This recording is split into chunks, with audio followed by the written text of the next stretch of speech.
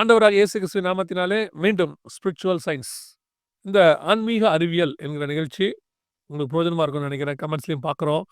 நிறைய விஷயங்கள் நம்ம இந்த தியாலஜி பேஸில் பார்த்துட்டே இருக்கோம். போன இதில் வந்து பார்த்தீங்கன்னா நம்ம அறிவியல் பேஸில் பார்த்தோம். அறிவியலுக்கும் நம்ம இறையியலுக்கும் உள்ளதான இந்த கான்ட்ரவர்சி. இதில் வந்து எப்படின்னு கேட்டிங்கன்னா, இந்த அறிவியல் சம்மந்தப்பட்ட அந்த இறையியல் அதோட கூட நம்ம பார்த்துக்கிட்டே இருக்கிறோம். Praise lord brother. Praise lord. ரொம்ப சந்தோஷம். இந்த தியாலஜி என்னை பொறுத்த வரைக்கும் நல்ல ஒரு பைபிள் காலேஜ் மெட்டீரியல் மாதிரி போயிட்டே இருக்குது.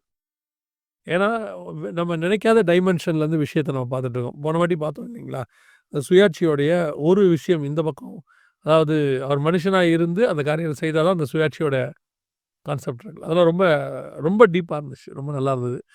சரி, இன்றைக்கி நம்ம என்ன பிரதர் பார்க்க போகிறோம்? Once again praise lord, glory to Jesus. Thank you so much for your invitation. இன்றைக்கி நம்ம என்ன பார்க்க போகிறோம் அப்படின்னா, அதனுடைய தொடர்ச்சியாக ஒரு சில முக்கியமான காரியங்களை பார்க்க போகிறோம். அதில் என்னென்னா, தேவன் மனுஷன் ஆனார். இதை நம்ம நம்புறதோ நம்பிடுறோம், ஈஸி தான், அது ஒன்றும் காம்ப்ளெக்ஸ் இல்லை. நான் எனக்கு புரிஞ்ச வரைக்கும் இந்த இதுக்கு முன்னாடி ஒரு டைமும் பேசியிருக்கோம். ஒரு விஷயத்தை நம்ம இன்னும் தெரிஞ்சுக்க தான் அதோட மேன்மை தெரியும்னு நம்ம நிறைய விஷயங்களில் பார்த்துருப்போம். இப்போ வந்து நம்ம சின்ன பிள்ளையாக இருக்கும்போது ஃப்ளைட்டை பார்த்துருப்போம். வானத்தில் பறக்குது, பறக்குது, அவ்வளோதான். ஃபேன் சுற்றுது, பறக்குது. எப்படி நம்ம ஒரு வீட்டில் இருக்க ஃபேன் சுற்றுதோ அந்த மாதிரி தான் பறக்குது அப்படிங்கிற மாதிரி யோசிச்சுட்டு இருப்போம். ஒருவேளை இன்ஜினியரிங்கில் கொஞ்சம் என்ன சொல்கிறது, இன்ட்ரெஸ்ட் இருக்கவங்க, இன்ஜினியரிங் படித்தவங்க, இல்லாட்டி ஒரு இன்ஜினியரிங் இந்த மாதிரி ஏவியேஷன்லாம் இன்ட்ரெஸ்ட் இருக்கவங்கலாம் கொஞ்சம் பார்த்தோன்னா, அது ரொம்ப எவ்வளோ பிரம்மாண்டமான விஷயம், அவங்க திகைச்சு பார்த்ததெல்லாம் நான் பார்த்துருக்கேன். நடுவில் ஒரு சின்ன ஒரு ரிசர்ச் பண்ணிட்டு இருந்தேன். இந்த உலகத்திலேயே பெரிய ஃப்ளைட் ஏர்பஸோட A380 அப்படின்ட்டு ஒரு பெரிய ஃப்ளைட் இருக்குது. அதை பற்றியான சில விஷயங்களை பார்த்துக்கிட்டு இருந்தேன். அப்போ வந்து எனக்கு ஒரு யோசனை வந்துச்சு, ஒரு எத்தனை ஃபிசிக்ஸ் லாஸ் வந்து சம்மந்தப்பட்டிருக்கு அந்த ஃப்ளைட் பறக்கிறதுக்கு. எல்லா ஃப்ளைட்டுமே, அந்த ஃப்ளைட்டு எல்லா ஃப்ளைட்டுமே. அதில் இன்னும் கொஞ்சம் காம்ப்ளெக்சிட்டி அதில் A380 ஜாஸ்தி. குறைஞ்சபட்சம் பார்த்தீங்கன்னா ஃபிசிக்ஸ் லாஸே ஒரு 200 லாஸ் ஆகுது அதில் அப்ளை ஆயிருக்கு. ஃபிசிக்ஸ் லாஸ் ஒரு ஃப்ளைட்குள்ளே அதை ரெடி பண்ணுறதுக்கு 200 லா அதில் வந்து அப்ளை பண்ணால் தான் அந்த ஃப்ளைட் ரெடி ஆகும். அதை தெரிஞ்சால் தான் அதை செய்ய முடியும். செய்ய முடியும். ஓகே. இது வந்து மெயின் லாஸ் வந்து ஒரு 50 இருக்கும். சப் லாஸ்ன்னு சொல்கிறோம் இல்லையா, அந்த லாக்கோட டெரிவேஷன் அப்ளைடு ஃபிசிக்ஸ்னு நம்ம படிக்கிறோம்ல, அது வந்து பார்த்தீங்கன்னா 200லேருந்து 300 இருக்குதான். ஓகே. இன்னும் அதுக்கு கீழே சப்பு போட்டால் ஒரு 2000 அப்ளிகேஷன்ஸ் அப்ளைட் லாஸ் அதில் இருக்குது. ஓகே. இதெல்லாம் தெரிஞ்ச சயின்டிஸ்ட் ஒரு கூட்டமாக சேர்ந்து தான் ஒரு ஃப்ளைட்டை உருவாக்க முடியும். இப்போ இப்படியும் சொல்லலாம் இது இல்லையா, நாம பறக்குதில்ல அந்த ஃப்ளைட்டு அப்படின்னா அதோடைய பிரம்மாண்டத்தையும் நம்ம சொல்லிடலாம். ஆமாம். இப்போ இந்த ஆங்கிளில் இப்போ இது மட்டும் இல்லை, இன்னும் இருக்கும் இல்லையா, அதில் அது இன்னும் நிறைய இருக்குது. நான் இன்னொரு அவுட் ஆஃப் கியூரியாசிட்டியில் நான் பார்க்கும்போது ஃப்ளைட் எவ்வளோ மைலேஜ் கொடுக்கும் அப்படின்னு ஒரு யோசனை வந்துச்சு. அந்த ஃப்ளைட் நான் சொல்கிறது A380. நம்ம யூஸ்வலாக அந்த பைக்கு காருக்குலாம் நீங்கள் அப்படின்னா 1 லிட்டர் போட்டால் எத்தனை கிலோமீட்டர் போகும், அதை பேஸ் பண்ணி தான் சேல்ஸே நடக்குது. 100 கிலோமீட்டர் போகும், 80 கிலோமீட்டர் போகும்லாம் சொல்லி இருக்கிறாங்க. ஆமாம். ஓகே. இந்த ஃப்ளைட்டு பார்த்தீங்கன்னா 12லேருந்து 15 லிட்டருக்கு போட்டால் 1 கிலோமீட்டர் போகும். அதை நம்ம தெளிவாக சொல்லிடணும் இவங்களுக்கு. ஏன்னா இவங்க நினச்சி விட 1 லிட்டருக்கு 12, 15 போகும்னு. அப்புறம் நம்ம ஏன் ஒரு ஃப்ளைட் வாங்கிடக்கூடாதுன்னு கொஞ்சம் பேர் நினைப்பாங்க. 12, 15 லிட்டருக்கு 1 கிலோமீட்டர் தான் போகும். 1 கிலோமீட்டர் தான் போகும். ஓகே. வீட்டிலேருந்து 1 கிலோமீட்டர் போகணும்னா 15 கிலோமீட்டர் 15 லிட்டர் போடணும். 15 லிட்டர் போடணும். ஓகே. 1 மணி நேரம் பறக்கிறதுக்கு அப்ராக்சிமேட்லி 13,000லேருந்து 14,000 லிட்டர் பெட்ரோல் இதுக்கு தேவை. அப்பா! 1 ஹவருக்கு. ஓகே. ஆவரேஜ் ஸ்பீடு பார்த்தீங்கன்னா 850லேருந்து 920 வரைக்கும் இது பறக்கும். 900 கிலோமீட்டர்ஸ் பர் ஹவரில் பறக்கும் அது. வெயிட் எவ்வளோ இதில் ஏற்றலாம், அதோட ஓவரால் வெயிட் எவ்வளோ இருக்கும்னு பார்த்தா, ஃபுல்லாக லோட் பண்ணி பெட்ரோல் நிறைய வெயிட் எடுக்கும். பெட்ரோல் அதுக்கு இந்த நம்ம நார்மல் பெட்ரோல் கிடையாது ஃப்ளைட்டுக்கு, இந்த ஒயிட் பெட்ரோல்னு சொல்கிறாங்க. White petrol. ஆமாம். அதெல்லாம் சேர்த்து ஆட்கள் பேசஞ்சர்ஸ்லாம் ஏற்றின பிறகு இதனோட வெயிட் பார்த்தீங்கன்னா அப்ராக்சிமேட்லி 5.5 லட்சம் கிலோ. 550 டன்னு. 550 டன்னு.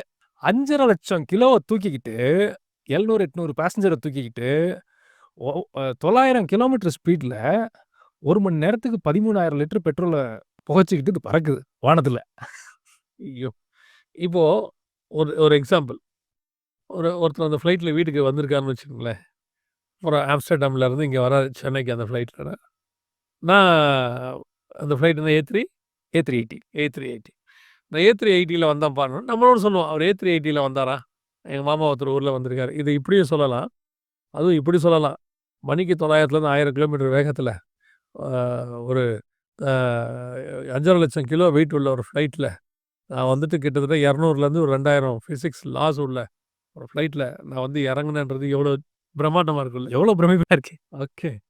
ஸோ இப்போ இது எது பார்க்குறோம் அப்படின்னா, ஒரு விஷயத்தை நம்ம புரிஞ்சுக்கிட்டோம்னு வச்சுங்களேன், the better we know something, the better we admire it.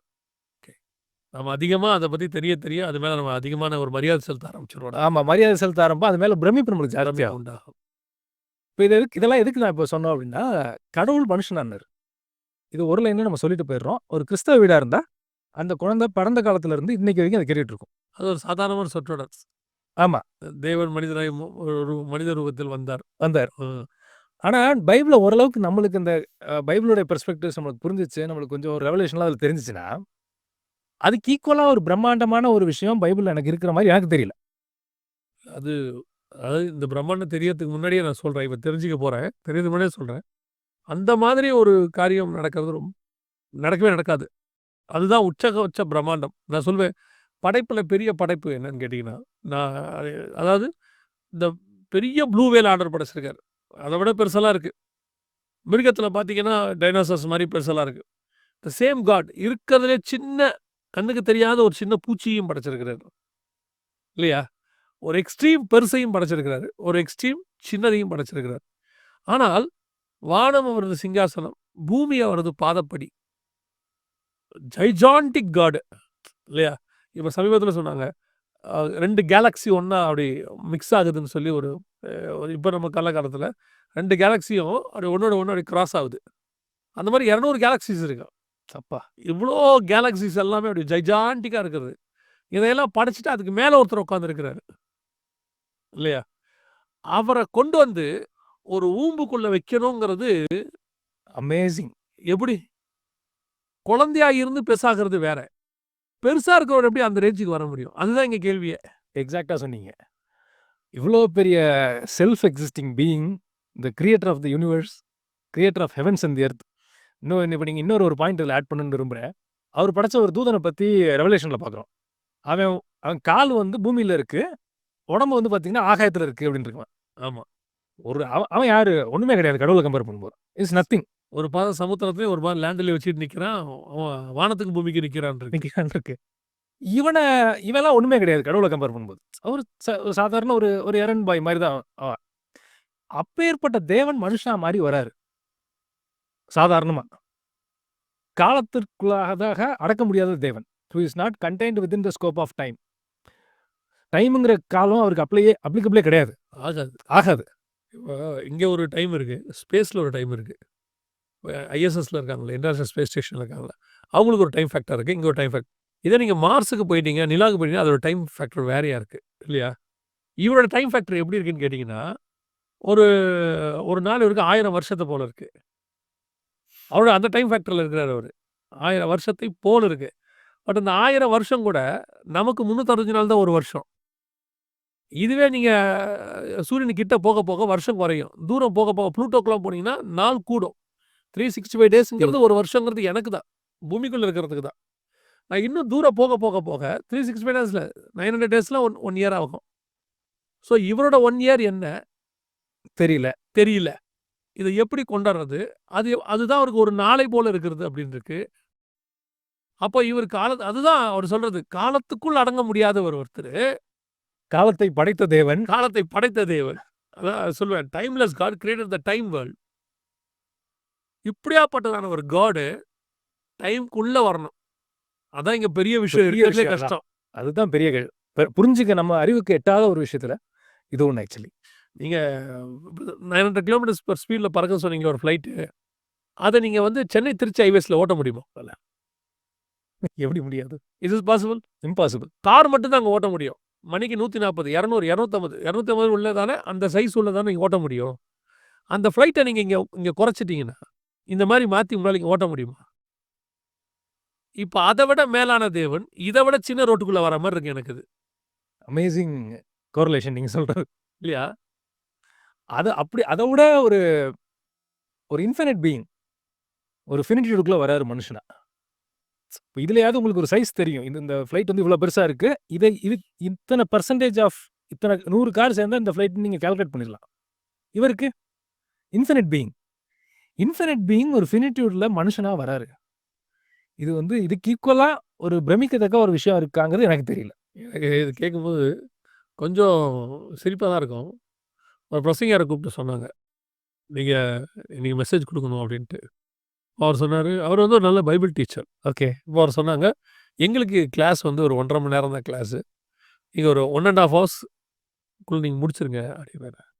அவர் சொன்னாரு, என்கிட்ட இருக்கிற ஸ்டஃப்க்கு நான் வந்து ஒரு நாளைக்கு 6 ஹவர்ஸ் எடுத்தா கூட கிளாஸ் எடுத்து முடிக்க முடியாது.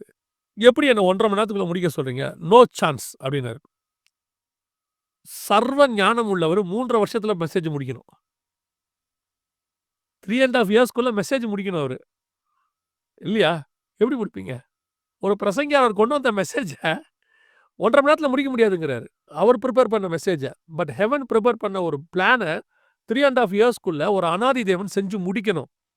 இன்னைக்கு உங்களால காலையில குடுக்குற வேலைய ஆஃபீஸ் ஒர்க்குள்ள எத்தன பேரால முடிக்க முடியுது? ஓவர் டைம் போறாங்க. வொர்க் ஃப்ரம் ஹோம் பண்றாங்க. என்னென்னவோ செஞ்சு பார்க்குறாங்க. ஒரு சமையல் இத்தன பேர் வருவாங்க செய்ய ஆரம்பிக்கிறோம். வரத்துக்குள்ள செஞ்சு முடிக்க முடியல. அறக்க பறக்க செஞ்சு முடிக்கிறோம். இது வந்து பார்க்கறதுக்கு ஈஸியா இருக்கு. ஒரு ஒரு ஒரு ஒரு நீங்க சொன்ன மாரி ஒரு எட்டர்னல் காட் வந்து 3 1/2 இயர்ஸ்க்குள்ள ஒரு எட்டர்னல் பிளான செஞ்சு முடிக்கணும். ஒரு வீடு கட்டுறவர்ட்ட இத்தனாம் தேதி எனக்கு கிரகப்பிரவேசம், வீடு பிரதிஷ்டை, இதுக்குள்ள முடிச்சு குடுங்கன்னா முடிக்க முடியல அவரால. சார் இன்னும் பெயிண்டிங் ஒர்க் பாக்கி இருக்கு. நாங்க அதுக்கப்புறமா இது முடிங்க சார். முடிச்ச உடனே பெயிண்ட் பண்ணிடலாம். எல்லாம் சொல்றாங்க. பட் அவ்ளோ காட் வந்து இவ்ளோ வந்து சுருங்கி கரெக்ட்டா எல்லாம் முடிந்ததுங்கிறாரு. I finish my work. பாக்கி இல்லன்ட்டாரு. அமேசிங். எனக்கு இந்த இப்ப நீங்க பேச பேச எனக்கு அவருடைய பிரமிப்பு நீங்க சொன்ன மாரி தான். அதுக்குள்ள போனா தான் அவருடைய பிரமிப்பு நம்ம தெரியுது.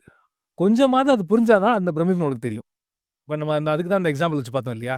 ஒண்ணுமே தெரியாத ஆளு வானத்துல ஃப்ளைட் பறக்குதுன்னு பார்த்து சந்தோஷப்படலாமே ஒழிய, ஓரளவுக்கு அதுல இன்ட்ரெஸ்ட்டும், அதுல ஒரு பேஷனும், அதுல கொஞ்சம் அதுல இன்னும் கொஞ்சம் அறிதலும் இருந்ததுன்னா, அதே மாரி தான் பைபிளும். பைபிள் நம்ம எந்த அளவுக்கு பெட்டரா தெரியுதோ, நம்ம வந்து better admire the word of God. இப்ப இவங்க கேட்பாங்க, கடவுள் கன்னியின் வயிற்றில பிறந்தாரு. இத ப்ரூஃப் பண்ண முடியுமா? சில பேர் வந்து அறியாமையில கேட்பாங்க. நம்ம ஏன் இத நம்புறோம்? அப்படிங்கிறதுக்கு சான்று இல்லாம நம்ம எதையுமே நம்புறது கிடையாது. பைபிள பொறுத்தளவுக்கு எவிடன்ஸ் இல்லாத ஒரு நம்பிக்கைய காட் நம்பவே சொல்லல. ஏதோ ஒரு விதத்துல இருக்கும். அது இவங்க நம்பலாம், நம்பாம இருக்கலாம். அது 2வது. ஆனா எவிடன்ஸ் இல்லாம இருக்காது. டெஃபினட்டா இருக்கும். வசனம் தெளிவா சொல்லுது. "வானமும் பூமியும் ஒழிந்து போகும். என் வார்த்தைகளோ ஒரு நாளும் ஒழிந்து போவதில்லை." மத்தேயு 24:35 வாசிக்கிறோம். இந்த வார்த்தை தான் 700 வருஷத்துக்கு முன்னாடி ஏசாயாட்ட குடுக்குறாரு. ஏசாயா 7:14 நம்ம வாசிக்கிறோம். "இதோ ஒரு கன்னிகை கர்ப்பவதியாகி ஒரு குமாரனை பெறுவாள். அவருக்கு இம்மானுவேல் என்று பெயரிடுவாள்." இது எழுதி முடிச்சாச்சு. இவர் பிறந்து தான் ஆகணும். வேற மாற்று கருத்தே கிடையாது. இதுதான் லாஜிக். சிம்ப்ளஸ்ட் லாஜிக்னா இதுதான். இத போய் நான் வந்து டெஸ்ட் பண்ணி காமிக்கணுங்கிறதெல்லாம் அவசியம் நம்மளுக்கு யாருக்குமே கிடையாது. 700 வருஷத்துக்கு முன்னாடி சொன்னாரா? கடவுளுடைய வார்த்தை நிறைவேறி தான் ஆகும். ஆகாம இருக்க வாய்ப்பே கிடையாது. இது மட்டும் இல்லாம, இந்த சத்தியத்த அறிஞ்சதுனால தான் 12 அப்போஸ்தலர் இருந்தாங்க. ஒருத்தர் போயிட்டாரு. அவருக்கு பதிலா இன்னொருத்தர கொண்டு வராங்க. 12 அப்போஸ்தலர்களுமே இரத்த சாட்சியா மரிச்சு, அவங்க அத டெஸ்டிமெண்ட் பண்றாங்க. சாட்சியா சொல்றாங்க.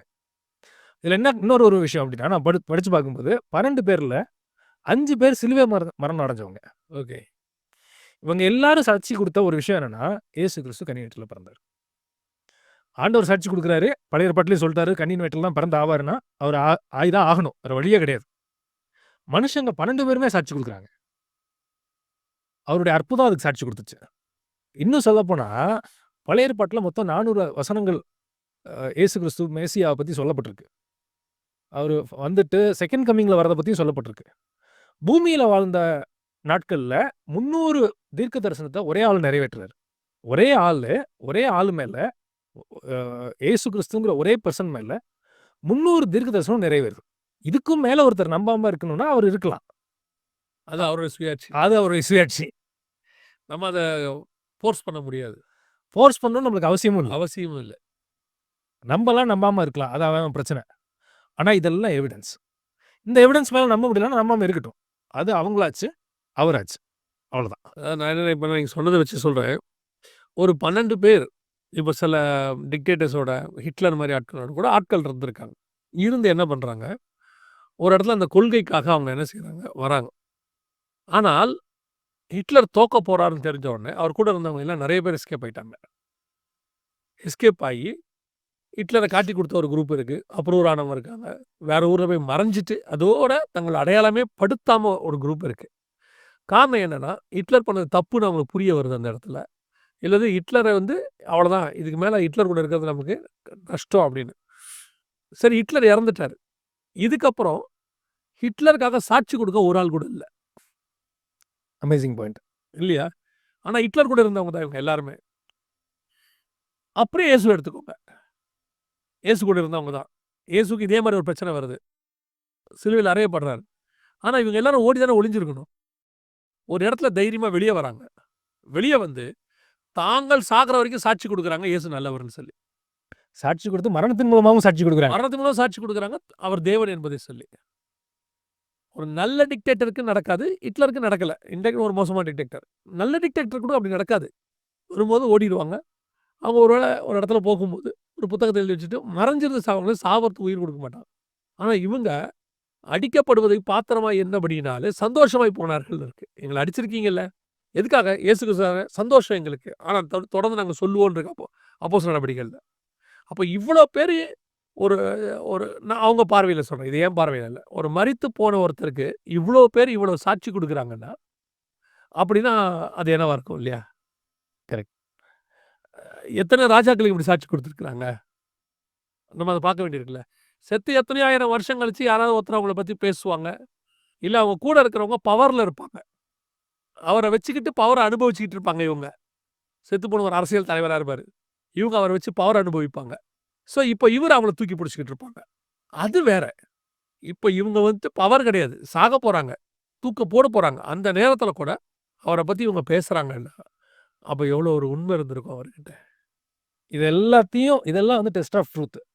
இதெல்லாம் டெஸ்ட் ஆஃப் ட்ரூத். இது எல்லாத்தையும் வச்சு எவிடன்ஸா பார்க்கும்போது, பைபிள் சத்தியமாக மட்டும் தான் இருந்தாகணுங்கிற கன்க்ளூஷனுக்கு எல்லாரும் வருவாங்க. ஒரு பெரிய அறிஞர் சொன்ன ஞாபகம் இருக்கு.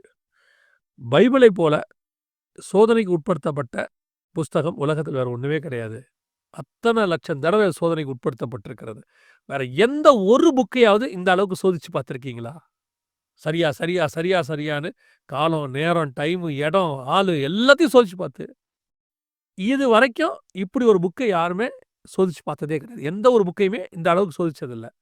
2வது பாயிண்ட். ஒரு தடவ கூட அதுல தோக்காத புக்கு பைபிள் மட்டும் தான். Praise God. இதுல இன்னொரு பாயிண்ட் சொல்லணும்னா, சோதனைக்கு உட்படுத்தக்கூடிய ஒரே புக்கும் பைபிள் மட்டும் தான். ஆமா. வேற எந்த புக்கையும் நீங்க டெஸ்டே பண்ண முடியாது. அந்த அளவுக்கு அது கேட்டகரிக்கு வராது. ஆமா. அது நீங்க அதாவது ஒரு ஒரு ஒரு ஒரு பேசிக் தன்மைகள் இருந்தா தான் நீங்க டெஸ்டே பண்ண முடியாது. நெறைய புக்ஸ நீங்க டெஸ்ட்க்கு எலிஜிபிலிட்டியே வராது அதுக்கு. பைபிள் மட்டும் தான் டெஸ்ட்ட எப்படி பண்றதுங்கிறதுல இருந்து ஆரம்பிச்சு, எப்படி டெஸ்ட் பண்ணுங்கிறதையும் சொல்லியிருக்கோம். லாஜிக்கலா கொஹரண்டா இருக்கும் அது. அதுக்கு அடுத்தது அந்த டெஸ்ட்ல நீங்க அப்ளை பண்ணி பார்த்தீங்கன்னா கரெக்ட்டா இருக்கும். 100% கரெக்ட்டும் ஆயிருக்கும். வின்னும் பண்ணியிருக்கும் அது. அதான் பைபிள். இது ஒரு தடவ கூட தோக்கல. அதான் இது பெரிய விஷயம். நெறைய பேர் சொல்லிட்டே இருப்பாங்க. இயேசு அப்படி இல்ல, இயேசு இப்படி, பைபிள் அப்படி, பைபிள் மாத்தியாங்க, எழுதியாச்சு. ஒருத்தர் அப்படிதான் ரொம்ப பேசிட்டே இருந்தாரு. பைபிள் மாத்தி எழுதப்பட்டது. அ அப்போ ஒருத்தர் கேட்டாரு. "இது சொல்றத நான் அப்படியே ஒத்துக்கிறேன். எங்க எழுதப்பட்டது? எது மாத்தியிருக்காங்க? யார் எழுதுனாங்க? எந்த வருஷம் குடுன்னாரு." இன்னும் குடுக்க முடியல. இன்னைய வரைக்கும் குடுக்க முடியல. இது நாங்க 20 வருஷத்துக்கு முன்னாடி கேட்டது. இதுவரைக்கும் பைபிள மாத்தி எழுதிட்டாங்க. யார் எழுதுனாங்க? என்ன மாத்தி எழுதியிருக்காங்க? சொல்லவே முடியாது. யாரோ சொன்ன கதை, யாரோ சொன்ன செவி வழி செய்தி. அத கேட்டு கேட்டு காலங்காலமா இருந்திருக்கலாம். அறிவியல் வளர்ந்துருச்சுன்றாங்க. இதெல்லாம் ஆராய்ச்சி பண்ணாங்களால முடியாது. அந்த கலாம்லயே வளர்ந்து ஓட்டிட்டு இருக்கவங்க. ஆனா, இப்ப இங்க சொன்ன பாயிண்ட்டையும் டெஃபினட்டா நம்ம ஒரு நாள் டிஸ்கஸ் பண்ணலாம். ஏன்னா, இப்போ ஒரு பெரிய கூட்டம் வந்து பைபிள் வந்து மாற்றப்பட்டிருக்கு அப்படிங்கிற மாரிலாம் பேசிட்டு இருக்காங்க. இது வந்து 100% தப்பு. இதுல உண்மை தன்மையே கிடையாது. அத நம்ம தனியா ஒரு நாள் டெஃபினட் டிஸ்கஸ் பண்ணுவோம் ஆக்சுவலி. நீங்க சொன்னீங்க இல்லையா, இந்த மாரி கேட்கறாங்கன்ட்டு. அவங்க சில பேர் கேட்பாங்க. ஒருத்தர் கேட்கிறாரு, கடவுள மனுஷன் இது பிசாசு தூக்கிட்டு போ முடியுமா? மத்திய 4ஆம் அதிகாரத்த பத்தி கேட்கிறாரு. ஆமா. மத்தேயு 4:8ல போட்டிருக்குல்ல. பிசாசு அவரை மிகவும் உயர்ந்த மலையின் மேல் கொண்டு போய் உலகத்தின் சகல ராஜ்யங்களையும் அவைகளின் மகிமையும் அவருக்கு காண்பித்து, கடவுள பிசாசு தூக்க முடியுமாங்க? சரி. இங்க தான் நம்ம சொல்ல வரோம். கடவுள பிசாசு தூக்கவே முடியாது. எபிரெயர் 2:17ல வாசிக்கிறோம். அன்றியும் அவர் ஜனத்தின் பாவங்களை நிவர்த்தி செய்வதற்கேதுவாக தேவ காரியங்களை குறித்து இரக்கமும் உண்மையும் உள்ள பிரதான ஆசாரியராய் இருக்கும்படி எந்த விதத்திலும் தம்முடைய சகோதரருக்கு ஒப்பாக வேண்டியது இருந்தது. இதுல வசனம் தமிழ்ல எப்படி போட்டிருக்குன்னா, தம்முடைய சகோதரருக்கு ஒப்பாக வேண்டியதா இருந்தது. இது இங்கிலீஷ்ல இன்னும் கிளியரா இருக்கும். பெட்டரா இருக்கும். For this reason he had to be made like them, fully human in every way. Fully ஹியூமன்னா என்னன்னா 100%. 100% ஹியூமன் பீயிங்கா இருந்ததுனால தான், பிசாசு வந்து அவர்ட்ட கேட்கவே முடிஞ்சுச்சு. அதே நேரத்துல அவர் 100% காடாவும் இருக்காரு. மோசே சரீரத்துக்கு தர்க்கம் உண்டாச்சு. தர்க்கம் உண்டாகும்போது இவன் கேட்டது மோசே சரீரம் தான். கர்த்தர் அங்க சொல்லப்படுது. கர்த்தர் உன்னை கடிந்து கொள்வாராக. அவ்வளோதான். அதோட வேலை முடிஞ்சிருச்சு. இப்ப நான் யோபோட விஷயத்துல பார்க்கும்போது பிசாசுடையதான அந்த சீனை பார்க்குறேன். தேவபுத்திரர் மத்தியில வந்து நின்றார். இவங்கெல்லாம் பணிவிடை ஆவிகள். வேலைக்காரங்கன்னு வச்சுக்கோங்க. தூதர்கள் எல்லாம். இப்ப வந்து எங்க நிக்கிறான்னா, அதே வேலைக்காரங்க லைன்ல வந்து நிக்கிறான். அந்த வசனத்தின்படி தான் நான் சொல்றேன். கரெக்ட். பணிவிடை ஆவிகள். வேலைக்காரன் மத்தியில வந்து நிக்கிறான். இவர் தான் கேட்டாரு. அவன் கேட்கவே இல்ல. இவர் தான் கேட்கிறாரு. எங்கேருந்து வர? ஒரு புரோட்டோகால் இருக்கு எல்லா இடத்துலயும். இதுல கூட இருக்கு. பார்லிமெண்ட்ல கூட இருக்கு. அந்த பார்லிமெண்ட் சேர்மேன் சொல்லாம நீங்க பேசக்கூடாது எந்திரிச்சு. அப்படி ஏன்னா அது மரபை மீறுறது, உங்களை தூக்கி வெளியே போடுறதுக்கு அதிகாரம் இருக்கு. இவர் கேட்கிறாரு, எங்கேருந்து வர? உலகம் முழுக்க சுத்தி விட்டு வருகிறேன். அடுத்த கேள்வி கேட்கிறாரு, யோபு பாத்தியா? நீங்க அவன் சும்மாவா அவங்கள ஃபாலோ பண்றான்? நீங்க அவனை எவ்வளோ அழகா பத்திரமா பார்த்துருக்கிறீங்க. சரி, அவன் மேல பார்த்து வை, ஜீவனை மட்டும் தப்ப விடு. சரி, இவ்வளவுதான். வேற இன்னும் பேச முடியாது அங்க. பார்லிமெண்ட்லயே பேச முடியாதுன்னா, அவர்ட்ட எப்படி பேச முடியாது. கோர்ட்லயும் பேச முடியாது. இப்ப ரீசெண்டா நான் சொல்றேன். இந்த ப்ரோகிராம் நடக்கிறதுக்கு 2 வாரத்துக்கு முன்னாடி தமிழ்நாட்டுல ஒரு வக்கீல் வந்து வாய்ஸ ரைஸ் பண்ணிட்டாரு பேசும்போது. நீதிபதி கேட்கிறாரு, யார்கிட்ட ரைஸ் பண்றீங்க வாய்ஸ? அப்படின்னு கேட்கிறாரு. மன்னிப்பு கேட்டாரு அவர் திரும்பி. எதுக்கு சொல்றேன்? இவர் என்ன யாரு? அட்வொகேட். நாளைக்கு இவரும் நீதிபதியாக வாய்ப்பு இருக்கு தானே. அவரே ஒரு நீதிபதிக்கு எதிராக வாய்ஸ் ரைஸ் பண்ண முடியாது. இவன் தள்ளப்பட்ட தூதன். பிசாசு. ஆனா இயேசு கிறிஸ்து மனுஷராக நிற்கிறாருங்கிற அந்த ஒரே காரணத்துல தான் அவர்ட்ட அவன் பேசிட்டு இருக்கான் நின்று. பேசுறதுக்கு முடிஞ்சதுக்கு காரணமே அங்க ஒண்ணுதான். இவன் போய் அங்க மேல நின்னுகிட்டு இந்த யோசனை கூட அவனுக்கு வருமான்னு கேட்டா வாய்ப்பே இல்ல. அந்த எண்ணம் கூட இவனுக்கு வராது. பயத்தோட தான் நிக்கணும். பயத்தோட தான் நிக்கணும். இவர் பேசினா சுட்டு அடிச்சு விடுவாப்புல. எதுக்கு வம்பு? நின்னு கேள்வி கேட்டதை நீ பேசணும். எவ்வளோ பெரிய கோர்ட் பாருங்க. அது அழகா அந்த சீனை நீங்க விவரிச்சு பார்த்தீங்கன்னா எனக்கு தெரியும். இன்னைக்கு நிறைய பேர் என்கிட்ட பிசாசை ஹைப் பண்ணி பேசுவாங்க. நிறைய பேர் வந்து சும்மா பேசும்போது. பிசாசு என்ன அது பண்ணுது, இது பண்ணுதுன்னு. நான் கேட்பேன், நீங்க ஏன் அவனை யோசித்தீங்க? உலகத்தில் இருக்கிறவனில் உன்னில் இருக்கிறவர் பெரியவர். நீங்க இவரை தானே பார்க்குறோம். இவரை பார்த்தீங்கன்னா, இவர் கோர்ட்ல நீங்க பையனா இருக்கீங்க. அந்த அப்பாவுடைய சிங்காசனத்துல குடுகுடுன்னு ஓடி போய் உட்காரத்துக்கு யாருக்கு அதிகாரம் இருக்கு? அப்பா மடியில உட்காரத்துக்கு யாருக்கு அதிகாரம் இருக்கு? பையனுக்கு இருக்கு. இவன் மடியில உட்கார்ந்தாலும், பக்கத்துல உட்கார்ந்தாலும், தோள் மேல சாஞ்சுக்கிட்டாலும் அவன் வேலைக்காரன் தானே. நியாயம் தீர்க்கப்பட்டவன் தானே. இவங்களுக்கு இந்த ஆங்கிள்லயே பார்க்க தெரியாது. இவங்களுக்கு பிசாசை ஹைப் பண்ணி பார்த்தே பழக்கமாயிருச்சு. சரி, இது அந்த டாபிக் விட்டு வெளியே இருக்கு. ஆனாலும் சொல்றேன். ஓகே. இதனால தான் அவனால கேட்கவே முடிஞ்சுச்சு. 100% ஜீசஸ் ஹியூமன் பீயிங்கா இருந்ததுனால தான் அவனால கேட்க முடிஞ்சுச்சு. இதுல இன்னொரு ஒரு பாயிண்ட் பாருங்களேன். ஆதியாகமம் 3:15 வாசிக்கிறோம். ஆண்டவர் வந்து அவர் தலையை நசுக்குவாரு. இயேசு கிறிஸ்து தலையை நசுக்குவாரு. நீங்க யோசிச்சு பாருங்க. கடவுள் பிசாசோட தலையை நசுக்கிறது அவ்வளவு பெரிய விஷயமா? அவன் தலை பூமி சைஸ் இருக்குன்றே வச்சுக்குவான். பூமி அவரது பாதப்படி. கரெக்ட். Food step. இவன் எவ்வளவு பெருசா இருந்தாலும் அவனுக்கு ஃபுட் ஸ்டெப் தான் இருக்கு. ஃபுட் ஸ்டெப் தான். பூமியோடவே இவன் தலை பெருசா இருந்தா கூட அவருக்கு ஆளுங்கிறது அதோட ரொம்ப பெருசு. நீங்க யோசிச்சு பாருங்க. ஒரு இன்ஃபைனைட் பீயிங் ஃபைனைட் பீயிங்கோட போய் சண்டை போடுறதுக்கு இல்லாஜிக்கல். அது அது அந்த அந்த ஈக்குவேஷனே கரெக்டா இருக்காது. ஒரு இன்ஃபைனைட் பீயிங் போய் அவர் காம்படிட்டரும் இல்ல. இப்ப நம்ம ஸ்கூல்ல எல்லாம் பாத்தீங்கன்னா பசங்க நம்ம சின்ன பிள்ளையா இருக்கும்போது ஒத்தைக்கு ஒத்த வரியா ஆர்ம் ரெஸ்லிங் வச்சு பாப்போமா? இந்த கையை வச்சு இப்படி யாருக்கு பலம் ஜாஸ்தின்னு விளையாண்டுட்டு இருப்பாங்க. அப்படி போய் சண்டை போடுற ஆள் இவன் கிடையாது. அவர் கடவுளா நசுக்கிறதுங்கிறது இர்ரேஷனல். இவன்ட்ட சண்டை போடுற மாதிரி ஆளு கிடையாது. அவருக்கு காம்படிட்டரும் கிடையாது. இப்ப ஆண்டவர் வர்றாரு. நான் மனுஷனா வந்திருக்கேன். 2ஆம் ஆதாமாக நான் வந்திருக்கேன். அதுதான் வந்து மனுஷனா வந்து பிசாசை ஜெயிச்சு நம்மளுக்கு அந்த வெற்றியையும் கொடுத்துட்டு போயிட்டார். இந்த ஜெயிக்கிறது தான் தலையை நசுக்குதல். ஜெயிக்கிறது தான் தலை நசுக்குது. அந்த ஜெயிக்கிறதால் தலை நசுக்குங்கிறது இன்னொன்று காட் சொல்லிங் இன்னொரு இதில் இன்னும் கொஞ்சம் டீட்டெயில்டாக நீங்கள் எக்ஸ்பிளைன் பண்ணிங்கன்னா நல்லாயிருக்கும். இப்படி தான் மனுஷனா ஜெயிச்சார். மனுஷன் தோத்தான், மனுஷன் ஜெயிக்கணும். கடவுள் மனுஷனா வந்து அத்தனை டெம்டேஷனையும் தாண்டி அவர் மேற்கொண்டு பிசாசு ஜெயிக்கிறார். ஸோ மனுஷனா வந்து ஜெயிச்சு நம்மளுக்கு இந்த வெற்றி கொடுக்குறாரு. இதுதான் வந்து லவ் ஆஃப் காட். ஏன் தெய்வம் மனுஷனாகணும்? அதுக்கான 2வது பார்ட் இது. நம்ம போன எபிசோடில் பேசுனதுக்கு 2வது பார்ட். ரொம்ப அருமையான விளக்கங்கள் பிரதர். ரொம்ப நல்லா இருந்தது. இதோட தொடர்ச்சி இன்னும் இருக்கு இல்லையா? ஆமா. இது தொடர்ச்சி அடுத்த இதில அதில் பார்க்க போகிறோம். ரொம்ப சந்தோஷம். ரொம்ப அருமையான விளக்கங்கள். ரொம்ப சிம்பிளான விளக்கங்கள். ரொம்ப அழகா இருந்துச்சு. கர்த்தருக்கு சித்தமானால் இதோட தொடர்ச்சியை நம்ம அடுத்த எபிசோட்லேயும் பார்க்க போகிறோம். நான் எப்பவும் சொல்கிறது தான், பிரதருடைய வாய்ஸ் ஆஃப் பைபிள் சேனல் பாருங்க. அதுலேயும் நிறைய விஷயங்கள் வருது. பிரதருக்காகவும் எங்களுக்காகவும் ஜெபம் பண்ணிக்கொள்ளுங்க. கர்த்தருக்கு சித்தமானால் தொடர்ந்து இந்த மாதிரி நிகழ்ச்சிகள், இன்னும் அநேக நிகழ்ச்சிகள், கர்த்தருக்கு இந்த கடைசி காலத்தை பற்றியும், உங்களுக்கு தேவையானத வேதாகமத்தை பற்றி மட்டும் நிறைய நிகழ்ச்சிகள் நம்ம பார்க்க போகிறோம். எங்கள் ஊழியங்களுக்கு நீங்கள் மறக்காமல் ஜெபம் பண்ணிக்கொள்ளுங்க. Praise the Lord brother. Thank you. Praise the Lord.